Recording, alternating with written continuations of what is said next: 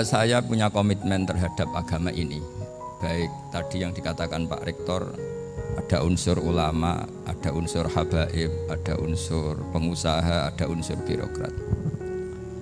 Di antara kenangan-kenangan saya dari Syekhina guru kita bersama Kiai Haji Maimun Zubair, beliau itu sering dawuh, sering ngendikan, dan itu saya sampaikan juga ketika 7 hari wafatnya Agus Robah, cucu Mbah Maimun, putra Agus Subah.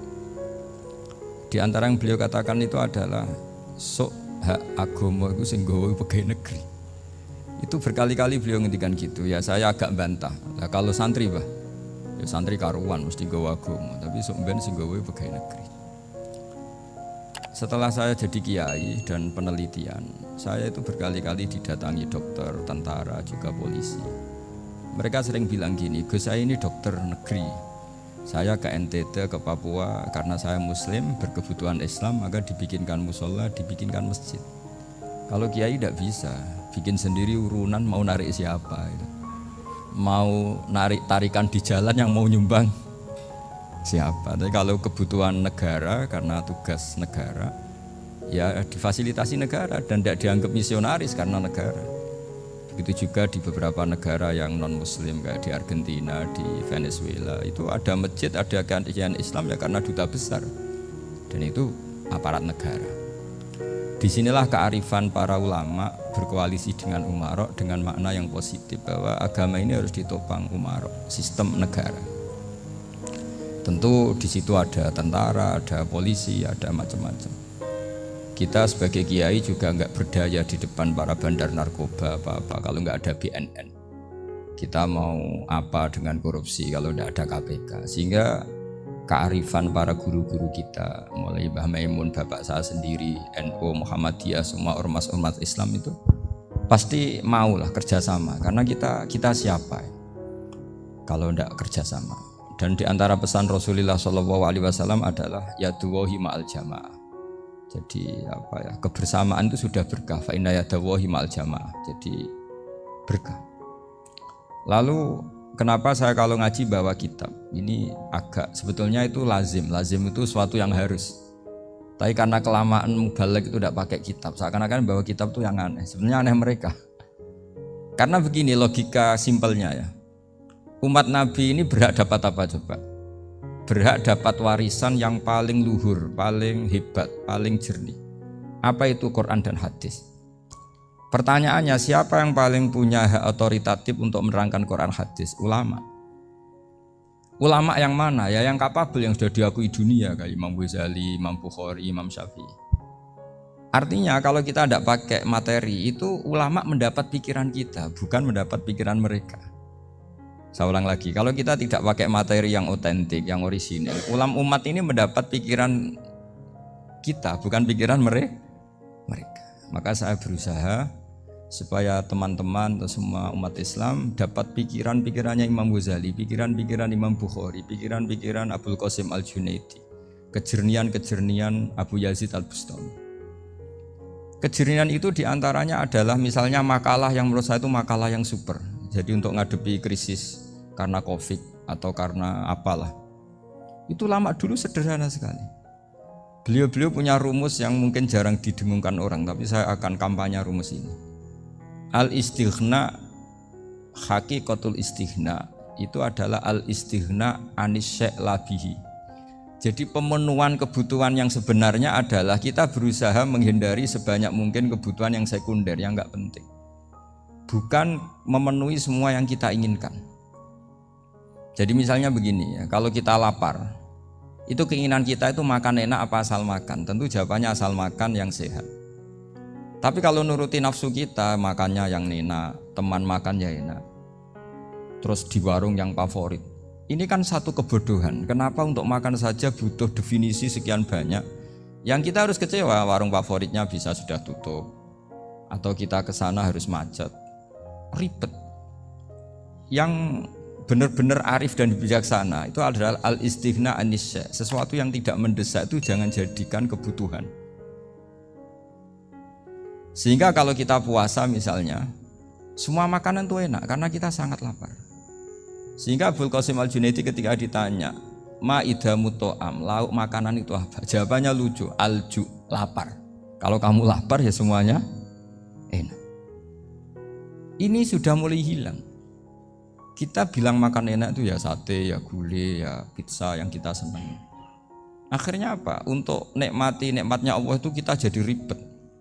Apalagi yang orang-orang fasik harus ditemani perempuan yang tidak halal misalnya, atau harus ada ajudan, ribet. Nah pertanyaannya, orang yang ribet sama yang nggak ribet itu pinter mana? Pinter yang nggak ribet. Nah ini kearifan-kearifan yang mulai hilang. Lalu siapa yang bisa mewarisi itu? Ya ulama. Jadi ulama itu cara berpikir sebenarnya simple. Makanya mereka sering kalau tahajud itu, di antara makalah Sayyidina Ali paling terkenal dan yang menjadikan beliau punya derajat yang luar biasa itu adalah kafani izzan antakuna li robban wa kafani fakhron an akuna laka abdan. Ya Allah, saya ini sudah begitu mulia, begitu terhormat dan sangat-sangat terhormat karena yang menjadi Tuhan itu Engkau. Jadi rumus pertama itu karena menjadi Tuhan itu Engkau. Hanya Tuhan yang abadi, Tuhan yang pertama, hanya Tuhan yang al-awwal. Coba ya Allah, kalau saya ini punya Tuhan Fir'aun, punya Tuhan mati jadi tontonan lagi, itu kerennya di mana coba? Andai kan kita punya Tuhan Fir'aun, atau punya Tuhan yang asal usulnya manusia, apapun hebatnya manusia itu, kita punya Tuhan manusia itu. Tuhan yang lapar, yang kalau nggak makan mungkin pingsan, mungkin bisa kena COVID, nanti Tuhannya diisolasi, kayak apa? Makanya ketika Tuhan Allah menyindir ketuhanan selain Allah itu, Allah hanya menyindir dengan kalimat sederhana, kana yakulanit to'am, yang kamu tuhankan itu masih makan. Artinya kalau nggak makan ya lemes.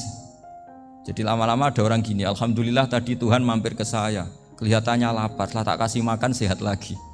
Susah nggak punya Tuhan yang seperti itu.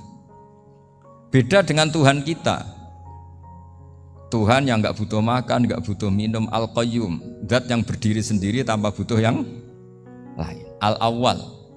Sebelum ada langit bumi sudah ada Tuhan kita yaitu Allah. Bandingkan dengan Tuhan-Tuhan yang dipertuhan yang lain, yang adanya setelah bumi, misalnya Fir'aun dan sebagainya. Sehingga Sayyidina Ali pertama jadi kebanggaan apa? Kafani izzan antakuna li robban. Saya ini keren betul karena punya Tuhan yaitu Engkau. Tuhan yang lahul asmaul husna, Tuhan yang semuanya punya kebaikan, punya keabadian, punya keagungan. Terus wa kafani fakhron an akuna laka abdan, dan saya bangga sekali karena saya menjadi hambamu. Kalau saya jadi hambanya Pak Rektor ribet kan, sudah tak hormati ternyata nanti tidak rektor, ya kan ribet kan. Terus pokoknya ribet, jadi budaknya manusia itu ribet.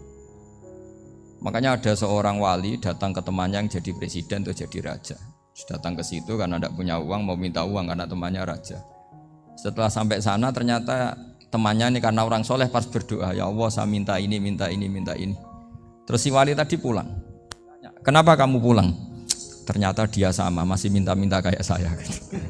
Jadi sederhana dia. Sama-sama minta kamu, minta zat yang kamu mintain katanya. Jadi dulu itu orang itu sebegitu dekat dengan Allah. Sehingga si raja ini terus ketemu wali tadi tanya, kenapa kamu menyepelekan saya padahal sekarang saya raja? Terus ditanya sama wali tadi, karena temannya, kalau kamu di padang pasir tidak bisa minum dan harus minum 1 gelas, dengan ongkos kamu harus mengasihkan semua kerajaan kamu demi minuman itu. Pilih mana, minuman apa tetap jadi raja? Ya saya milih bisa minum. Saya tidak raja tetap hidup, tapi kalau nggak minum mati. Bagaimana Anda bangga dengan satu kerajaan sing la yusawi kak samain, yang tidak sama dengan segelas air. Jadi artinya terus mereka melihat jadi raja itu ya biasa, jadi presiden biasa, jadi rektor biasa, karena mereka biasa berlogika. Hakikatul izzah itu ya at-taqarrub ila Allah, yang benar-benar terhormat itu ya dekat dengan Allah. Begitu seterusnya mereka bikin paradok-paradok yang aneh, tapi itu menjadi pelajaran. Bapak saya Ki Nur Salim itu senang baca anekdot Nasiruddin Koja. Itu kalau bikin orang-orang aneh, itu dia datang ke satu pesta, pakai baju lusuh, pakai sarung lusuh atau celana lusuh. Sama Sohibul Bed yang punya acara dibiarin. Setelah dibiarin dia pulang pakai jas, pakai dasi, pokoknya keren. Dihormatin, pakai alpat, pokoknya dihormatin. Silakan. Pas dia disuruh minum, minumannya itu disokkan saja ke sakunya. Jas, kamu harus minum yang banyak, karena kamu yang dihormati, bukan saya. Terus makanannya semuanya diletakkan di saku, ada yang apa, ayo kamu makan yang banyak. Alpatnya juga gitu, dikasih sate, apa, ayo kamu makan yang banyak. Mereka tidak melihat saya, melihat kamu. Akhirnya orang satu pesta itu istighfar semua, berarti kita ini salah. Terus dia pidato, kenapa kamu ngomong gitu? Tadi saya datang, orangnya sama. Gara-gara beda pakaian, penghormatannya beda. Berarti yang berhak dapat makanan ini jasa ya, bukan saya. Betapa naifnya kita sebagai orang. Ternyata kita masih hormat sesuatu yang seperti itu, yang atribut lah. Jadi orang-orang sufi itu orang yang bisa menertawakan dunia. Akhirnya ya, pertama dia dianggap orang gila, masa jas dikasih makan, dikasih minum. Tapi secara fikih dia benar, haram dia makan. Karena pas dia datang dibiarin, setelah pakai jas dikasih makan. Berarti hakikat yang dapat rezeki siapa? Jasnya apa orangnya? Jasnya apa orangnya? Jasnya. Jadi itu orang-orang sufi, kearifan orang-orang dulu itu bisa ngelola hal-hal yang keseharian menjadi luar biasa. Ada seorang wali melihat istrinya makan satu piring, anaknya makan satu piring. Ditanya, kalian kenyang? Wah, kenyang sekali. Melihat anaknya minum kopi satu cingkir, seneng. Kalian seneng sekali. Wah, kalau seneng dengan hal-hal yang murah bisa, ngapain harus seneng dengan hal-hal yang mewah? Bodoh sekali saya. Sehingga terus mereka bisa qanaah. Qanaah itu ya hidup itu simpel, sederhana. Jadi tentu saya tidak akan ngomong yang muluk-muluk, selain itu tidak bidang saya juga apa ya. Kita ini butuh obat di kondisi Covid seperti ini, butuh kesederhanaan, butuh apa ya, istighna tadi. Kita harus istighna billah an ghairillah. Jadi sudah cukup bahwa Allah ini segalanya. Sehingga tadi saya dengarin himnenya Unisula, yang paling saya kagum adalah dimulai dengan kalimat-kalimat thayyib. Di antara tugas suci Nabi Ibrahim dan semua nabi adalah wa ja'alaha kalimatam baqiyatan fi aqibi. Nabi Ibrahim itu nabi yang diberi gelar Allah. Dia adalah nabi yang menjadikan kalimat tauhid itu kalimat yang abadi.